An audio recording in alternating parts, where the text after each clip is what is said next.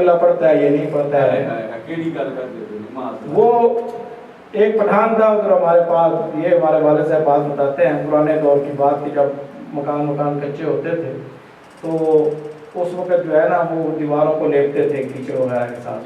وہ جوڑ ہوتے تھے گھروں کے باہر، وہاں سے وہ گارا مٹی لے کے تو لوگوں کے گھر جو ہے وہ لیپا کرتا تھا. تو جب اذان ہوتی تو وہ ادھر ہی ہاتھ وغیرہ دھو کے تو ادھر ہی کھڑا ہو جاتا ہے نماز پڑھنے کے لیے. تو اس سے کسی نے کہا کہ خان تمہارے کپڑے تو پلیت ہیں. اس نے کہا دل پلیت نہیں ہونا چاہیے، اپنا دل جو ہے اس کو تو پہلے راضی کرنا. وہ پنجابی کی مثال ہے، اوشنا سکاں تے پھٹے منہ گھوڑیاں. ایسے نہیں کہ نماز پڑھنے کو تو دل ہے ہی نہیں، اب آپ بہانہ بنا رہے ہیں کہ میں اس لیے نہیں پڑھتا. قرآن کہہ رہا ہے متقی کون ہے؟ جو نماز کو قائم کرتا ہے، جو زکوٰۃ کو ادا کرتا ہے، جو واجبات کو ادا کرتا ہے. وَمِمَّا رَزَقْنَاهُمْ يُنْفِقُونَ، اور جو رزق ہم نے عطا کیا يُنْفِقُونَ، وہ اس کو انفاق کرتے ہیں، تقسیم کرتے ہیں. میں یہ نہیں کہتا ہوں گیراج میں جتنی گاڑیاں کھڑی ہیں ساری کی سارے جا کے آپ خیرات کر دو. نہیں، ایک طریقہ، ایک نظام، ایک سسٹم کے ساتھ چلیں، اور جو آپ کے پاس زائد ہے اس کو راہ للہ اپنے غریب بہن بھائیوں، میں نہیں کہوں گا مولوی صاحب کو ہی دو، اپنے غریب بہن بھائی رشتہ دار جو ہیں ان کی اعانت کریں. اور خصوصاً اس ماہ رمضان میں اگر کوئی بندہ 1 ین خیرات کرے گا تو سمجھو کہ اس نے 1 لاکھ ین خیرات کی. امام زمان علیہ السلام کے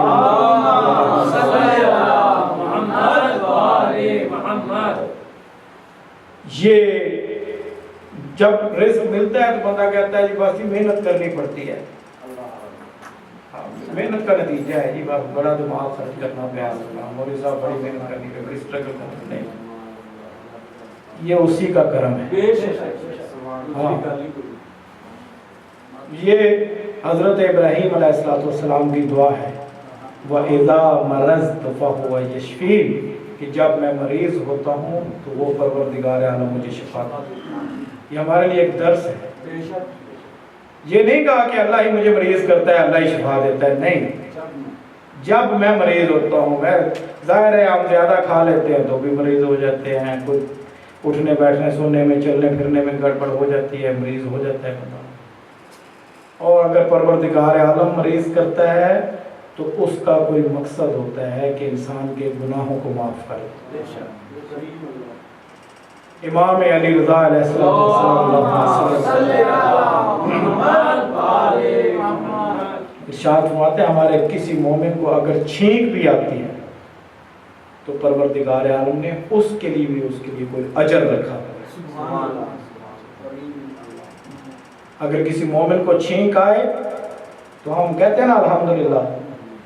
اس الحمدللہ کہنے کا مطلب بھی پتہ ہے آپ کیوں کہہ رہے ہیں الحمدللہ؟ امام فرماتے ہیں کہ جس بندے کو چھینک آتی ہے سمجھ لے کہ پروردگار عالم نے کم از کم 3 دن اس سے موت کو دور کر دیا. کیونکہ ہمیں یقین، ویسے تو اگلے سانس کا بھی یقین نہیں ہوتا ہے، جب آپ کو چھینک آ جائے سمجھ جائیں کہ امام ہشتم نے یہ فرمایا تھا کہ چھینک آئے تو سمجھ لینا کہ 3 دن تجھے اور مہلت دے دی. اس کے بدلے میں ہم کہتے ہیں الحمدللہ. تو آپ تو یقین ہو گیا 3 دن اور جئیں گے، ویسے تو اگلے سانس کا بھی یقین نہیں ہے. اور میں نے ویسے پوچھا تھا بخاری صاحب سے کہ آپ لوگ مجلس سنتے کتنے سارے ہیں، آدھی کتنے سارے ہیں؟ انہوں نے کہا یہ 25-30 منٹ 40 منٹ. لیکن میرا مسئلہ یہ ہے کہ میں تو گھنٹوں کے حساب سے پڑھتا ہوں، اور لیکن میں نظر بھی رکھتا ہوں کہ بندہ جو ہے وہ اس کی اگر توجہ ادھر ادھر ہو میں سمجھ جاتا ہوں یہ بور ہو گیا. ہاں نہیں، میری اپنی توجہ ہے، مجھے جب نظر آئے گا کہ کسی کی توجہ ادھر ادھر ہے پھر میں سمجھ جاؤں گا کہ آپ یہ سوٹا لگانا چاہ رہے ہیں. ہاں دیکھو میرے دوستوں، میرے بھائیوں، مسجد میں آ کے اگر آپ کو خوشی نہ ہو تو پھر معافی مانگنا اللہ سے کہ امام زین العابدین علیہ السلام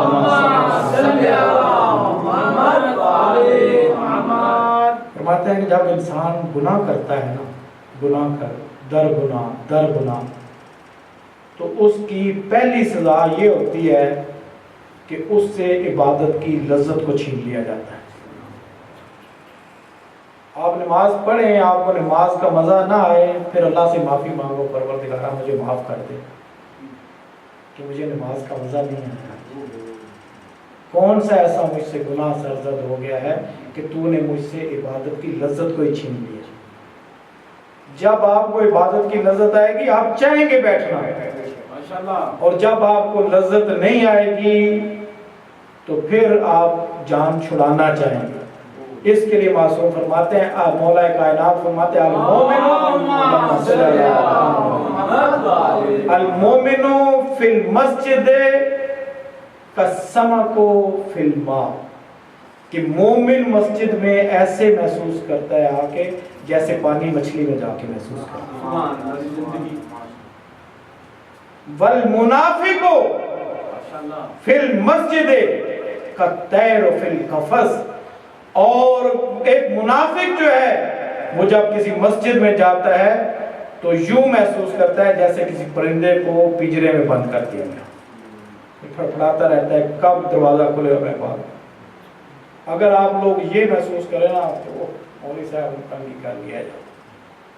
اب اس کا مقصد یہ نہیں ہے کہ میں آپ کو 2 گھنٹے بٹھائے رکھوں، نہیں، پھر آپ سمجھیں کہ کوئی مجھ سے غلطی ہوگی، کوئی مجھ سے غلطی ہوگی۔ علی کا ماننے والا، مولا کائنات کا ماننے والا منافق نہیں ہوتا ہے، گناہ گار ہیں، خطا کار ہیں، ہاں، منافق نہیں۔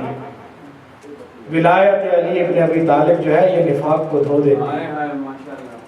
اب کوشش کیا کریں، اور اگر لذت نہ آئے مسجد میں بیٹھنے کی نیت، تو آپ اعتکاف کی نیت کر لیں۔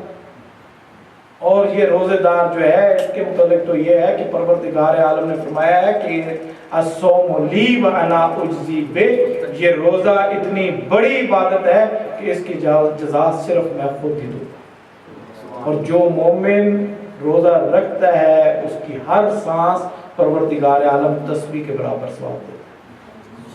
عرش پہ جو فرشتے تسبیح پڑھ رہے ہیں اس کا ثواب، آپ بس سانس لے رہے ہیں اس کا ثواب ملے گا۔ جو روزہ دار سو جاتا ہے پروردگار عالم اس کے سونے کو بھی عبادت شمار۔ اور کتنی عظمت ہوگی اس روزہ دار کی کہ جس کے صدقہ میں ہی یہ ساری عبادتیں قبول ہو رہی، جس کی ولایت کے صدقہ میں یہ اتنا اجر پروردگار عالم ہمیں عطا فرما رہا ہے، اس کی اپنی عبادت کا کیا مقام ہے۔ انشاءاللہ یہ کل کی مجلس میں عرض کروں گا۔ وہ مولا کائنات جس کی ولایت کے صدقے میں پروردگار عالم نے ہمیں یہ اتنے اجر عطا فرمائے، وہ یہ جو آج کی شب آئی ہے نا، افطاری کا وقت قریب آیا، بیٹی جناب ام کلثوم کے گھر میں افطاری تھی، 2 چیزیں رکھی ہیں پاک بی بی نے، دودھ رکھا ہے اور کھجور کے ساتھ نمک رکھا ہے۔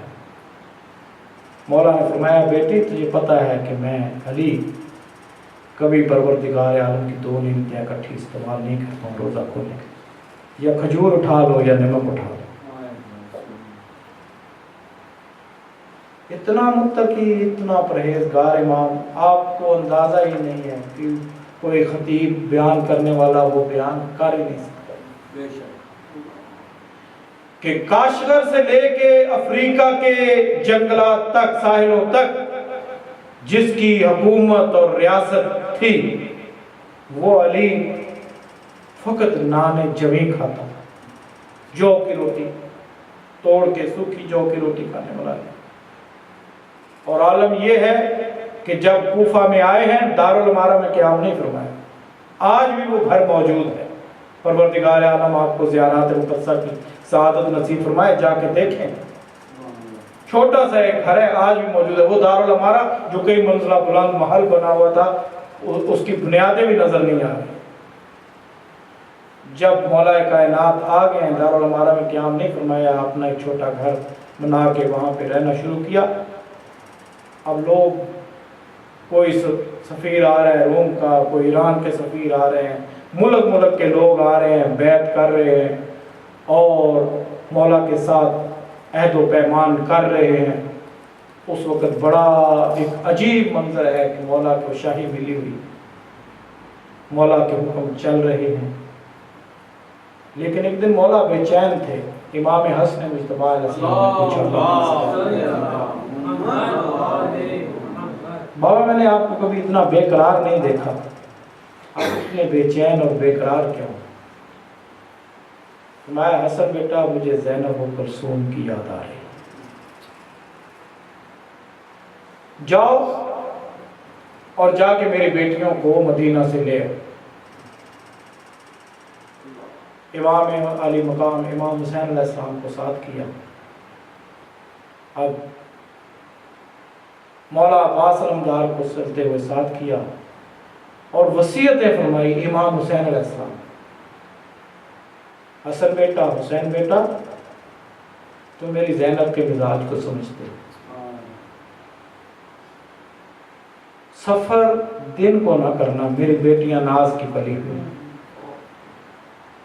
میری بیٹی بڑی باحیا ہے، حسین دن کو سفر نہ کرنا، رات کو سفر کرنا اور زیادہ سفر نہ کرنا، جب میری زینب کہہ دینا میں تھک گئی قافلہ روک لینا۔ عباس تم قافلے سے آگے آگے چلنا، الحافظ والحفیظ کی آواز لگانا، اگر کوئی مسافر ہو اسے کہنا راستہ تبدیل کر دے، اس لیے کہ علی کی بیٹی آ رہی۔ اور وہ کتنا پاک بی بی کا عزت اور عظمت والا سفر ہوگا کہ 18 جوانان بنی ہاشم ننگی تلواریں لیے ساتھ ساتھ چل رہے ہیں، سبز پردے ہماریوں پہ پڑے ہوئے ہیں، کسی بندے بشر کی مجال نہیں کہ اس راستے سے گزر جائے۔ اور مولا نے وصیت فرمائی تھی کہ حسین بیٹا جب کوفہ سے باہر پہنچو نا تو پھر وہاں پر خیمہ لگا لینا اور اپنے بابا کو اطلاع دینا، میں خود آؤں گا اپنی بیٹی کو وصول کرنے کے۔ کتنی عزت کی بات ہے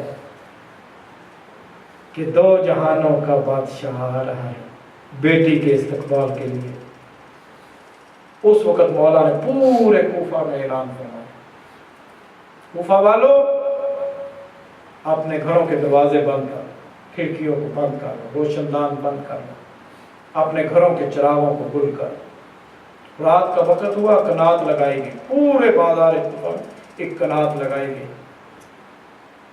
پردے کا بہت خاص اہتمام کر کے میرے مولا گئے ہیں اپنی بیٹی کی سواری کو وصول کرنے کے لیے۔ بابا کو آتے دیکھ کے شرم و حیا کی ملکہ اٹھی، بابا کی دست بوسی کی۔ میرے مولا نے فرمایا زینب تھک تو نہیں گئی؟ پہلا سوال ہی دیتے ہیں، زینب تھک تو نہیں گئی؟ نہیں بابا، میرے بھائیوں نے میرے آرام کا بڑا خیال کیا، روئے ہیں میرے مولا، کہا زینب جتنا آرام کرنا تھا وہ تو نے کر لیا، بابا کوئی اور لمبا سفر باقی ہے؟ کہا نہیں ابھی تو سفر لمبا باقی نہیں، ابھی گھر قریب ہی ہے۔ سواری پہ بٹھایا، خود مولا نے مہارے کی طرح مہار کو پکڑا اور لگام اونٹ کے پکڑ کے چلنے لگے۔ جب مہار پکڑ کے چلنے لگے نا، تھوڑا تھوڑا چل کے میرے مولا نے رکنا شروع کیا، نظر الی یمین و شمال، کبھی دائیں دیکھ کے روتے ہیں، کبھی بائیں دیکھ کے روتے ہیں، پھر آہستہ سی آواز کہتے ہیں زینب یہ فلاں محلہ ہے، زینب یہ فلاں محلہ ہے۔ جب پہنچے نا کوفہ کے مین بازار میں، اس وقت جناب زینب سے برداشت نہیں ہوا، جب کہا نا زینب یہ کوفہ کا مین بازار ہے، اس وقت ایک مرتبہ مہار سے محمد سے رونے کی آواز آئی، علی گھوڑے، علی نے اونٹنی کو بٹھا دیا، قریب آ کے کہا زینب رونا کیوں شروع کیا؟ کہا بابا یہ بازاروں اور گلیوں کا تعارف تو بیٹوں سے کرا ہے، بابا یہ میں مجھے بار بار کیوں بتا رہا ہوں یہ گلی ہے، یہ محلہ ہے، یہ بازار۔ کہا زینب یہ یاد کر لے کبھی